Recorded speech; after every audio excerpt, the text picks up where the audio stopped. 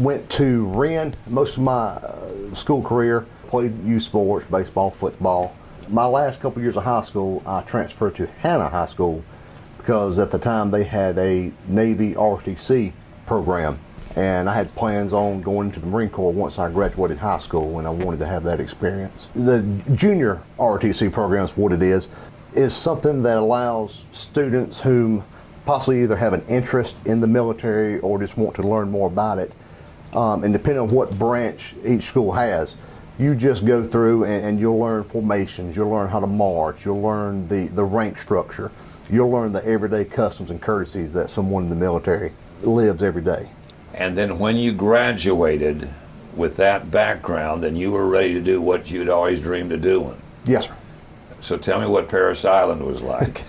Parris Island was something else. I really didn't know a lot about boot camp and stuff like that until I got there. It was a challenge. The biggest surprise at boot camp looking back was what for you? How much I could accomplish, I didn't know I could. Really? The Marine Corps is the one branch I believe that they want to break everyone down and then build them up as a unit and as a team. And, you know, growing up, just thinking about things, you don't know what you can do until the time arises. I miss it. Do you really? I'd go back tomorrow if I could, yes, sir. Just something about the military and the day-to-day and, you know, just depending on that individual beside you. And after I left Parris Island, went to, it's called Marine Corps Training up at Camp Lejeune. From there, I went to Fort McClellan, Alabama for military police school. I enlisted as a military policeman. Upon completion of that, I was actually stationed right back at Parris Island. So I left there and I was stationed there when I got done with my training. And you were a police officer at Parris Island? Yes, sir. Started out as a military policeman. While there, I had the opportunity to go up for a board in the Marine Corps. I won the board and I was selected for canine school. So I became a military working dog handler at Parris Island. What are those dogs trained to do? We have two different types. Or at the time, the Marine Corps had two different types, a drug dog and an explosive detection canine. I had an explosive detection canine while I was there. So there, he had another trainer before you took over. That's correct. So he has to learn your ways compared to the other one. Yes, sir. Back then, the Marine Corps looked at it like it's more cost efficient, I believe, and better if the handlers, you know, rotate to different stations and the canines stay there and just get accustomed to a new handler. You spent how many years in the Marines? I was in there 4 years, sir. And dogs were part of your entire deployment? I had a canine at least 3 of those years, yes, sir. And then you come back to Anderson? Yes, sir. And you get a job? I started working my law enforcement career with the Anderson Police Department. And you had a dog? I was there a little bit less than a year, and a position came open for an explosive detection dog they had, and I got him Rocket. With that situation with the city, now you and that dog basically become family. That's correct. For those that may not understand what we're talking about, give them an idea of the relationship that you and your family build with the canine. Civilian law enforcement's a lot different than military. Military, the dogs stay in the kennels, so you only interact with them when you're working or evenings or weekends when you have to go feed.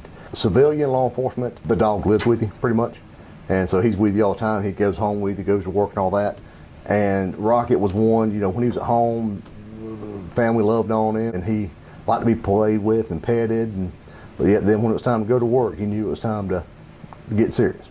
Back then, the city had the bomb squad, right, and we always worked the Clemson games, yep, stuff like that. 2004, I remember, I think President Bush came to Greenville, and we went up and assisted SLED and a couple other agencies with bomb detection for that. You leave the city, and where do you go next? Left from there and went private for a while. Still reserved a little bit in Nava. Wound up working eventually at the nuclear station, Tacony, for a couple years before I came to Probation and Parole in 2017. So you come to Probation and Parole? Yes, sir. And do they have a dog? No, sir. I started out here in Anderson County as an agent. Got promoted to a sex offender agent, eventually as a team leader, supervisor, before the position of handler came open that we got. What is your responsibility? With a sex offender agent, Probation and Parole, you know, we supervise individuals whom have received some type of supervision either from the courts or released from a facility under some type of supervision. We have a standard caseload, which could be anything from an individual who was convicted of assault and battery to forgery, something like that. Then we also have specialized caseloads. We have a domestic violence specialized caseload, a mental health specialized caseload, and a sex offender agent specialized caseload. What they do, anyone who has been convicted of certain crimes and are either on the registry or have been ordered by the judge to go under sex offender conditions, they are monitored separately, which means they may have to report more often. They may have to have more home visits than others. They may have to conduct their counseling. And that's just to keep them in check from hoping that they do not reoffend again, and to try to keep the public safe and protect their victims as well. A conversation comes about let's get a dog, or we're going to get a dog. Do you remember how that came about and what those early conversations were? Yes, sir. From what I was told, I want to say around 2019, a lady by the name of Tony Clark with Defenders for Children, based out of Greenville, whom is a nonprofit organization.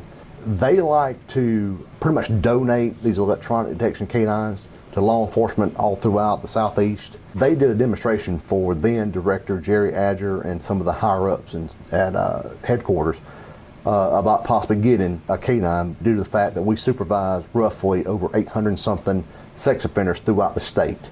And she felt that it would benefit our agency as well as the citizens of the state if we had a electronic detection canine. Fast forward a little bit, 2000, and end of 21, first part of 22, I think the ball started rolling a little bit. They got approval to go ahead and start writing the policy, start getting things lined up. Then I had heard the rumor they might be getting one, and I had some interest, of course, being a handler before. So I did apply, fortunately got the job in October of 2022. You go into a sex offender who's on your list, you go into their home, unannounced, prior to canine. What are you looking for as you make sure that this individual is complying with all the rules and regulations that he's supposed to be doing while he's out on his own? Some cannot have any type of electronics to the point they can't access the internet. They can't access social media. They can't. Some cannot, yes, sir. Right. Of course, they have to sign conditions with us that any device they have electronically, whether it be a phone, laptop, a computer, can be searched. But of course, they might give us one thing that's clean, that doesn't have anything on it, but they may have 2 or 3 things more back at their house. That could take an agent or two 6 or 7 hours total to go through everything in the house. And then miss it. And then could possibly miss it, yes, sir. Or a canine like Chip with his abilities can speed things up and hopefully find things that could possibly be missed. Once everything was lined up, I left, I want to say October the 29th last year, and drove up to Indiana, right outside Indianapolis, a little town called Fishers. On the 30th, I went to the kennels, met Mr. Todd Jordan. Chip came from Jordan Detection Canine up there, and he brought Chip out, and I've been with Chip ever since. Now, had Chip been trained at that point? He had been on odor, which means he was introduced to the odor. He Of knew what? There is a chemical compound that is placed on all electronics, from flash drives, SD cards, cell phones. It's put on there during production. Is that intentional? Yes, sir. Yeah, every device has it. It helps keep it cool, I think, so don't overheat, but it's on all electronics. And it's designed to keep whatever it's on cool. Yes, sir. So Okay. don't overheat during Okay. use, whether it be a cell phone, laptop, Okay. or whatever. That's the chemical that he is trained to detect. And how do they go about training? What did you see in the training? That how is he trained to detect that scent? Training for Chip is just like any other dog I had before. You want to start at the basic. You want to kind of introduce them to it, give them the command, whether they say it, whether they'll paw at it, nudge at it, whatever else, and then build it from there. You know, so you run them through boxes. There might be an odor placed in there. Well, there'll be about 2 or 3 other ones that don't have anything in it. So you go through and you present the boxes. The one that's got the odor in there, as soon as you hear him smell, you'll give the command to sit. So in his mind, he's like, boom, okay, I know if I smell that funny smell and I sit, I'll get my reward. So that's what... And it's repetition, repetition, That's repetition. it. Praise, repetition, yes, sir.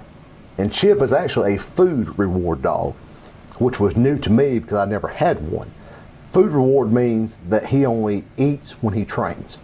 So I have to train him at least twice a day, every day, weekends, holidays, just so he can get his food and nourishment, which I think is a good thing now that I've done it, because a lot of you dogs might train once a week, a couple times a month, but Chip trains at least twice a day, every day, so it keeps him honed in.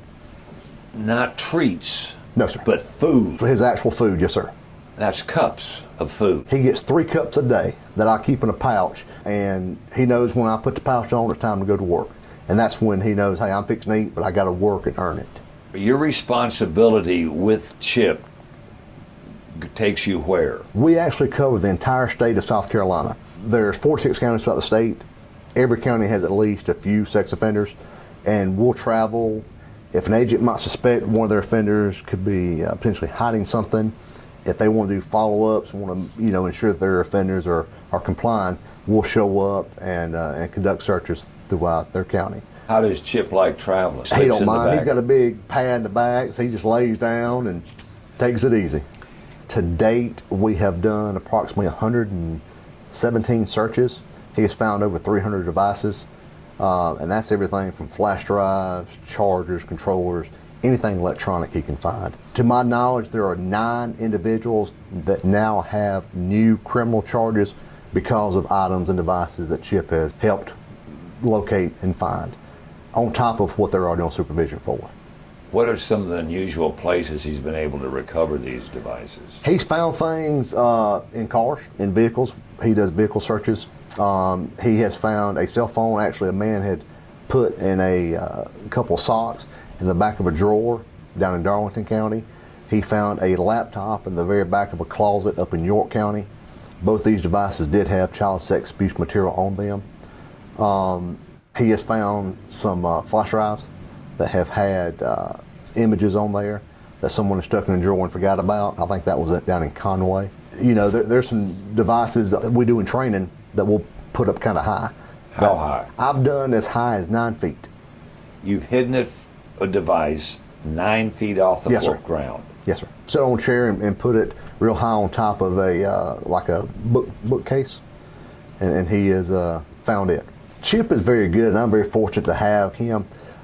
When he's on odor and he's found something, he likes to either nudge it with his nose or he'll paw at it, try to get to it. So to me, that lets me know, hey, it's there. Now, there's been times where he has sat and kind of just looked at me. He smells it, but he don't exactly know where it's at. That's when I'll go in and start detailing the area better, start presenting more and helping him try to pinpoint it. But it's still fascinating. You can find something in the ceiling. Yes, sir. That odor drops. Does he look up? He does. He'll look up and he'll smell, and either if he's going at it, there's little ticks I notice, whether his tail's wagging, staying still. But when he's on it and he's nudging it, I know. Chip is actually the first state probation and parole agency in the nation to have an electronic detection canine. So that was a big honor that I learned before I went to Indiana. That was very humbling. And with the success he's had, there has been talk about possibly getting another one.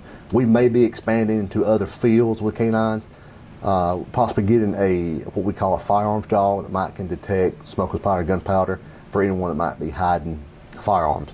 That I think could be beneficial. South Carolina's big, but it's not too big to where you can't get somewhere in 4 or 5 hours. Yeah. He's how old? Chip is a 2.5-year-old, half lab, half golden retriever mix.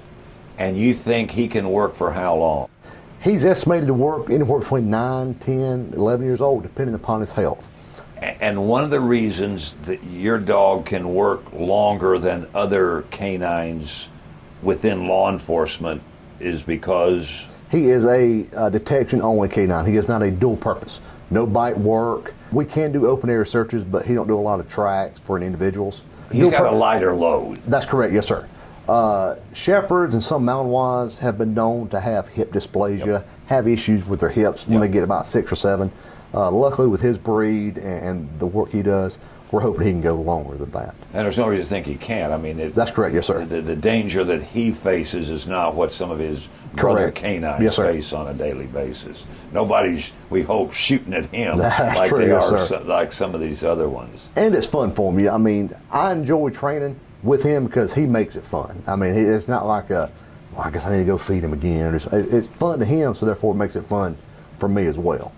Did you think ever growing up in Piercetown that you would end up having the life you've had? I have not, no sir. I feel very fortunate and very blessed. You know, I grew up always wanting to be in law enforcement, wanting to do something. I had family members in law enforcement. My father was a volunteer fireman for 30-something years. So I always wanted to do something to kind of give back, and I've always been one, you want to look out and protect those that can't protect themselves. So I've been very fortunate and blessed. While I was in the Marine Corps, I got to travel around the world. As a bomb dog handler, I assisted on deployments. Went to Washington in 1999 to assist Secret Service with the 75th NATO conference up there. Got to search the Watergate Hotel, which I thought was very, very cool. April 2000, I traveled to India with Helicopter Marine Squadron 1. At the time, President Clinton went to India for a visit, so they have to have bomb dog support to go with them and help ensure everything's good there. But I have been very fortunate and blessed with what I've been able to do, sir. And now you get to run all over South Carolina with a good dog and have fun. And it's worth it, you know, the training twice a day, every day. If it protects one child, one lady, one person from being sex trafficked, it's totally worth it. Gotcha.